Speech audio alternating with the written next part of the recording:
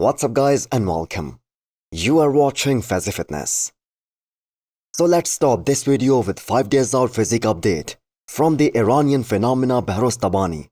So this is the 3rd day of him training with his coach Milos Sarsev. So Behrouz Tabani is extremely good from the back. He was already in shape before taking this flight to the US. And at this point, it's all about that perfect peak, making sure that he nails it 100% come Olympia stage. Now, so many people question Milos's protocol, especially the use of insulin. But if we look at all the shows that Behrouz Tabani has done under the coaching of Milos, he has been pretty much bang on target in terms of his condition. And this is gonna be Behrouz's first impression on the Olympia stage. Now you bet, they are gonna use every possible trick in their book to make his first Olympia appearance as impactful as they possibly can, and to make sure that he lands in that first call out at the very least. So the pressure on Behrouz Tabani, that is actually all created by his coach Milos, who thinks that Behrouz has all the tools to fight for the Olympia title. Now that is a very big claim, considering the fact that he doesn't have the greatest legs, especially from the front. And on top of that, he hasn't stood next to the likes of Hadi Chopin, Derek Lunsford, Samson Dauda, Andrew Jagged, and Martin. And all of these guys, they have awesome legs. But when there is an athlete who is so consistent in showing up shredded and ripped to the bone, there is zero margin for error for all of these other guys who are gonna be standing next to him. Because if you make a mistake, he will make you look smooth and a bit watery on the stage. So Behrouz is such an exciting addition to this year's Olympia lineup. So just 5 more days to find out whether the hype behind him, that he's a top 6 Olympian, that is real or not. Blink too hard. Have you subscribed yet? Please don't make me bring out the emotional blackmail. Hit that subscribe button and turn on the bell icon. It's free, it's painless, and that makes me look way cooler than I actually am.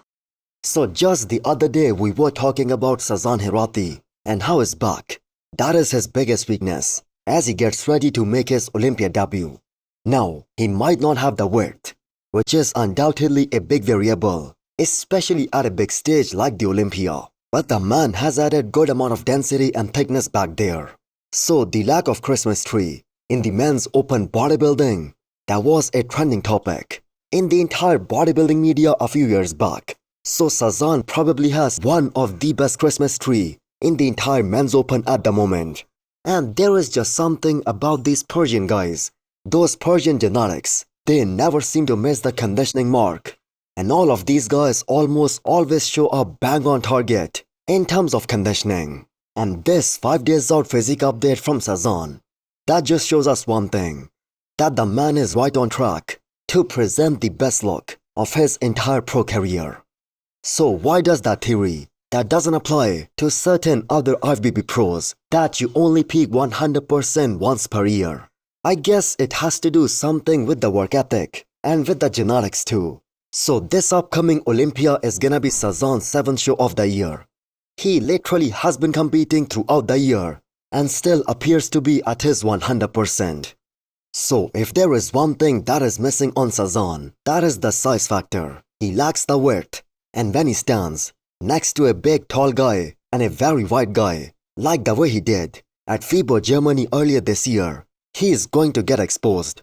But still, winning 2 shows back to back this year, beating a guy like Regan Grimes, that was a big accomplishment, especially after staying away from competitive bodybuilding for 5 years or so. So how high do you guys think Sazan can place come Olympia this year? So next up we have an update from Regan Grimes. So cannot really tell how peeled he really is because of the lighting here.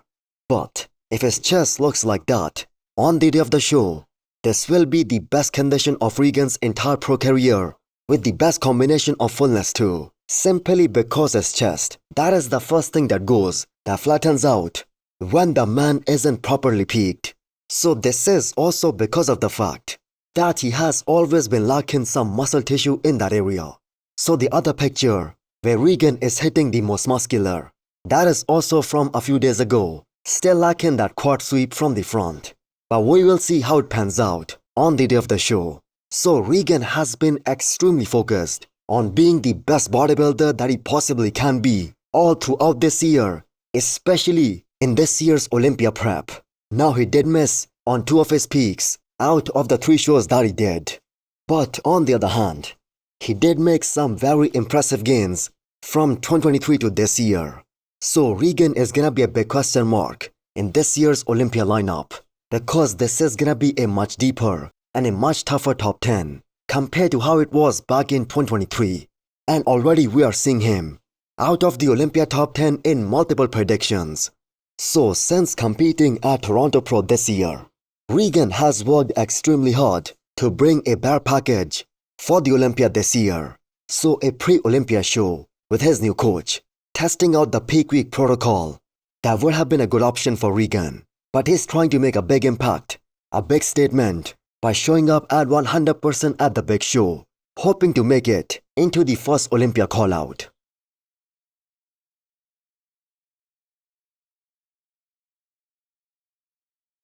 Next up, we have an update from Tonio Burton. Still no talk about Tonio Burton, even though he has been posting some crazy looking physique updates almost every other day. So every bodybuilder out there who earns his pro card, they have this ultimate goal of winning 2 of the biggest bodybuilding titles, the Arnold and the Olympia. And the goal of Tonio Burton, they are also the same.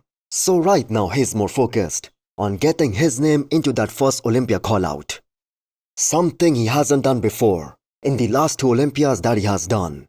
So Tonio is making his comeback to the Olympia stage after a gap of 2 years. So he was top 8 back in 2023, and the man is a far better bodybuilder this time around compared to the physique that he presented the last time he was on the Olympia stage. So he has all the right to be this confident.